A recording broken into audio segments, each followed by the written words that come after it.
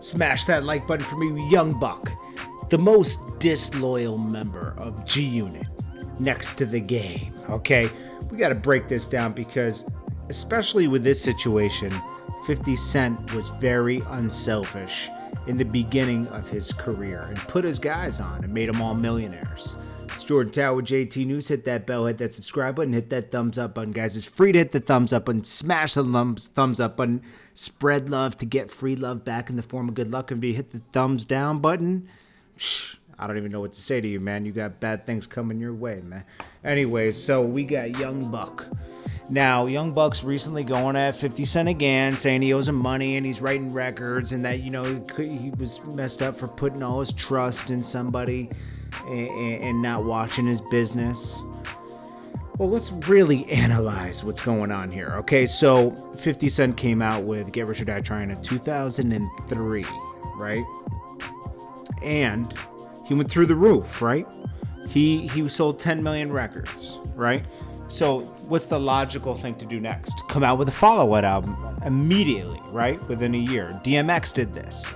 He dropped When His Darkest Hell Was Hot, and then he dropped Blood of My... something back-to-back albums. I remember he dropped 2 albums in 1 year in Def Jam. That was like unheard of around that time.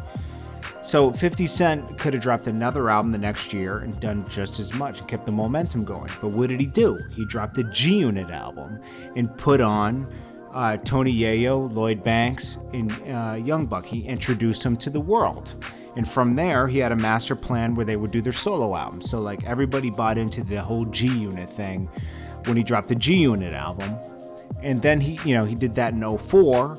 And then he waited to drop his album in 2005, I think. And in the same year in 2004, Young Buck and I think Lloyd Banks dropped their album. So 3 G Unit projects came out in 1 year.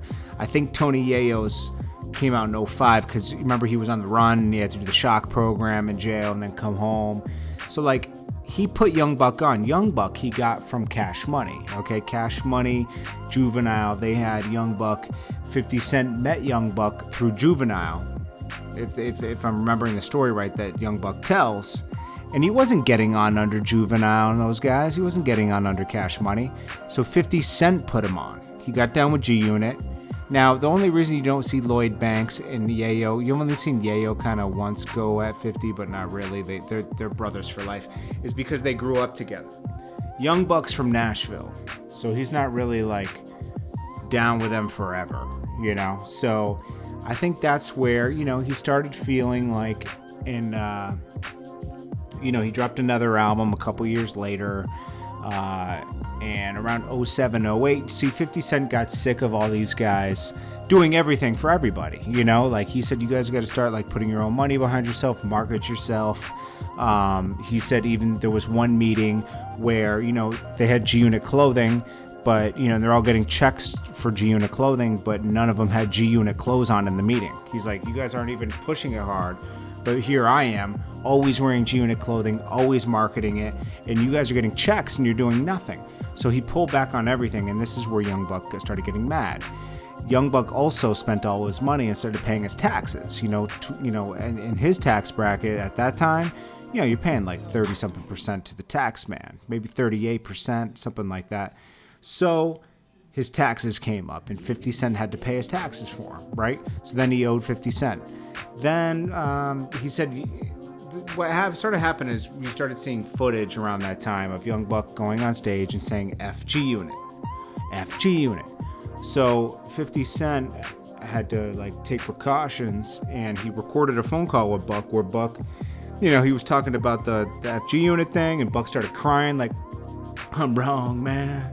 I'm wrong. I think we all remember that phone call. I'm sorry, man. It was, and he was crying on the phone. It was crazy. I remember they played it on the radio. I mean, it was like, he was crying like a baby, man. It was sad. He was like, it's gonna be all right, man. Wait, I think this is it right here.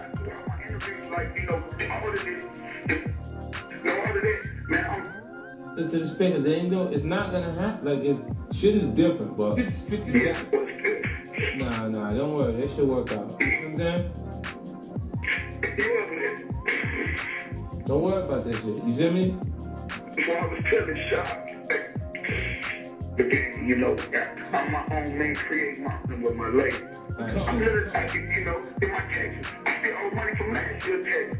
So, but you know, honestly, I swear to God, To be able to stay. That's it, bro.